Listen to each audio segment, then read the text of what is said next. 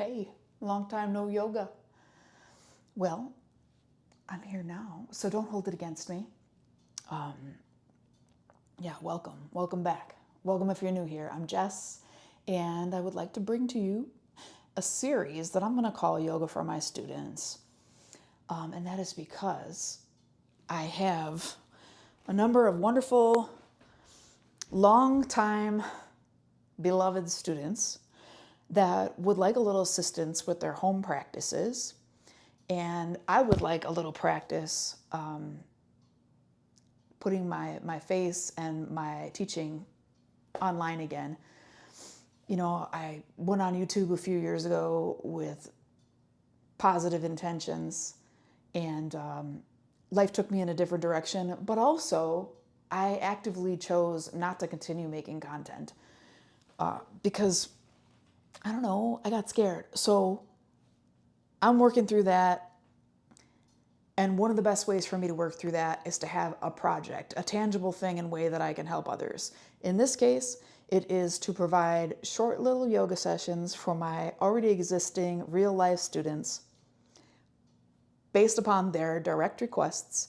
And I got one this morning for a student who says, I get out of bed, my low back hurts, it needs a lot of attention.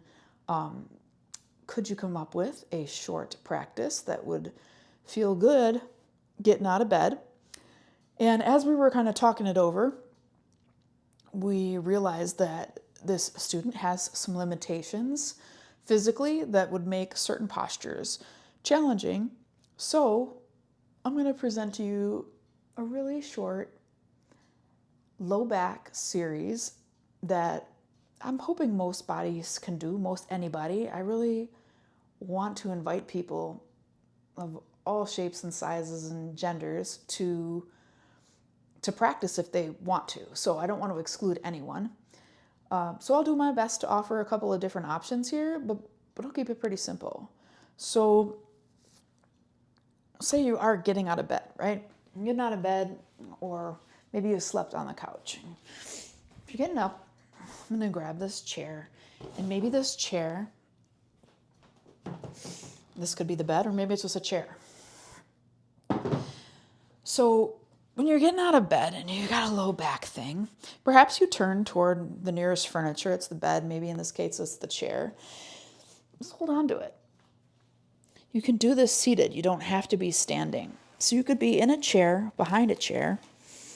Now, before we do any back arching or anything, I don't know how this mic's going to do here. Just take a second to connect to your body. So meaning with your mind and your intent, you're going to feel. I feel my hands on the chair here. I feel my feet on the ground. I feel like I'm holding tension in my shoulders. So I'm going to invite you and me to relax here. Now, what I'm doing is I'm lengthening out and tractioning out the back, which isn't exactly the low back move, but maybe this is a little of a warm-up and an entryway into something that looks more like this. So here, let me come directly from the side. It's hard for me to know exactly what's being captured. Think about like cat pose. Okay, so if we were doing cat and cow, right? Got cat back here. Cow. Cat. From this position, let your head hang. Relax your jaw. Now, we're going to do this protraction of the shoulders, which is essentially this little puff up of the back. At the same time, maybe with a little bit of bend in the knees, think about taking your hips and your sitting bones up and back.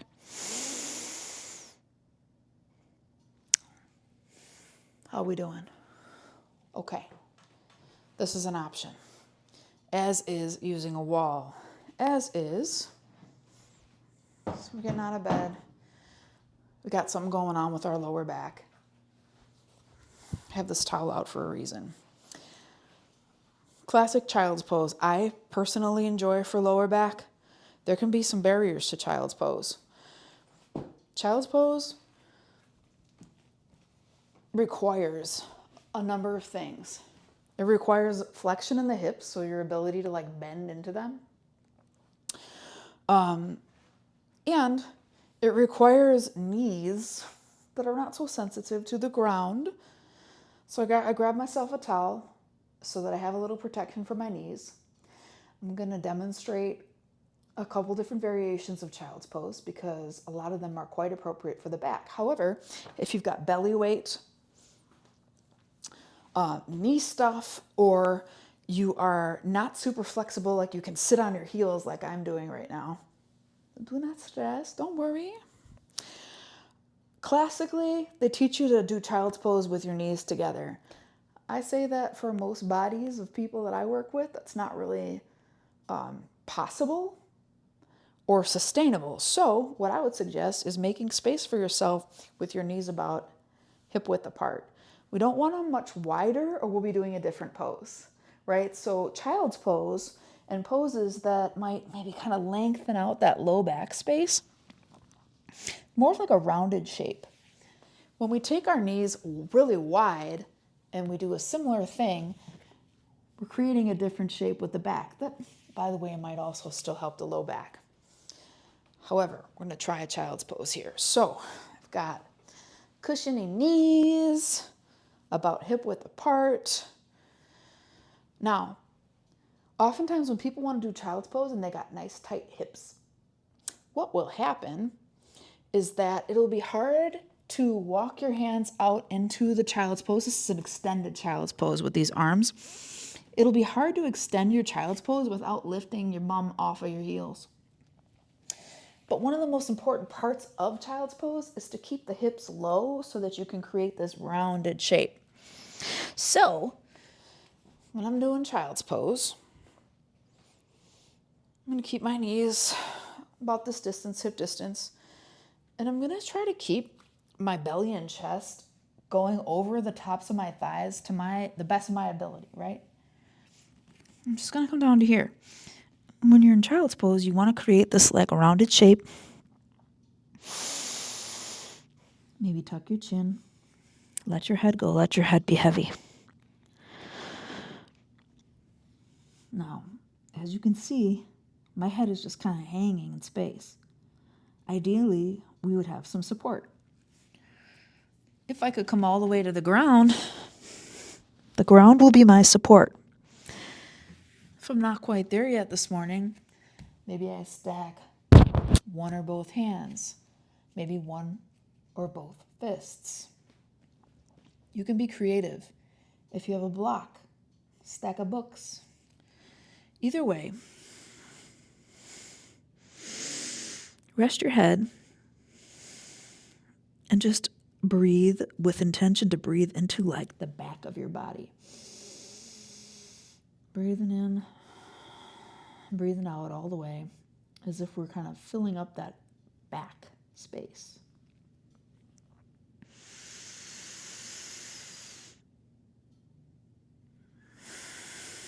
Just a couple breaths here. When you choose to come up nice and slow. I'm going to stay on the knees. We're going to leave this little knee pad here for a second. Okay. Now, we're going to do cat and cow from a tabletop shape. From the shape, got nice rounded hands, fingers spread really widely, dropping the pelvis, tilting hips up and back and the, upper part of the pelvis here forward, and then rolling into a shape that looks like this.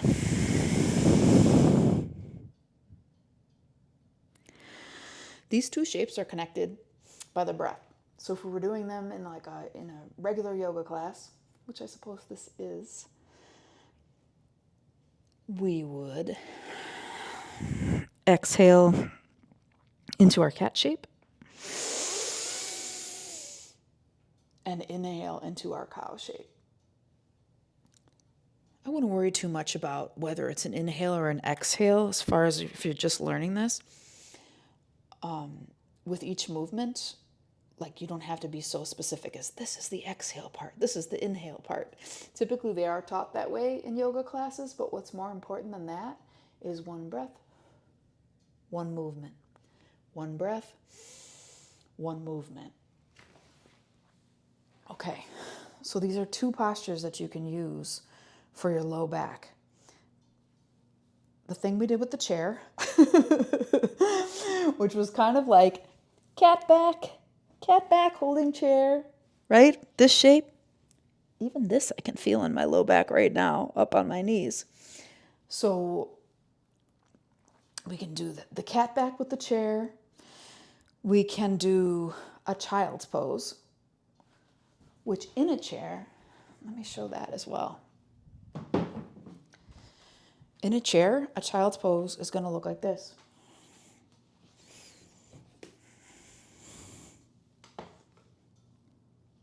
So we don't need to be on the ground, and we don't need to be on the knees. We can be in a chair in a shape that looks like this. Additionally, you can do your cat and cow in a chair. One breath, one movement.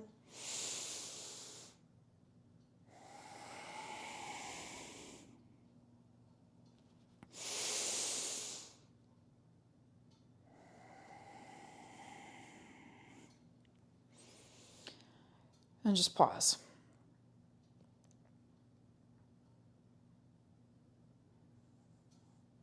I want to add one thing. So we've done like a simple version of cat and cow and child's pose in a chair and on the mat on hands and knees. But say you're not feeling it, you don't want to get out of bed, but you do need to get going. You notice your low back is bugging you. You're not quite ready to get up. On the back. Ground the hands for a second here. Practice the cat and cow shape before you even get up. One breath, one movement. One breath, one movement. I'm just feeling this roll over the floor or over the bed of the pelvis, the pelvic bones. And when you're ready to switch into your child's pose, you can do that on the back as well. Bringing the knees on in. We don't want to cross at the ankles. We don't want the knees out here. It's a different posture. Maybe we interlace the fingers if we got some space for that. Otherwise, holding onto the shins, some parts of the pants. Keep the same shape.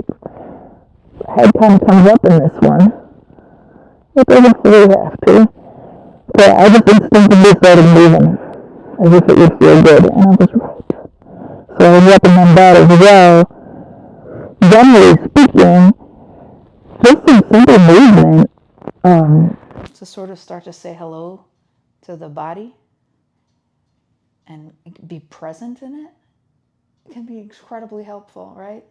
So what I might suggest for low back stuff might not be exactly what you need, but you can explore.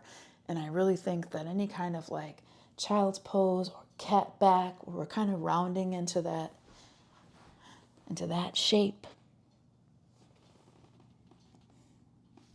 even from a seated position, is going to help us get into this low back.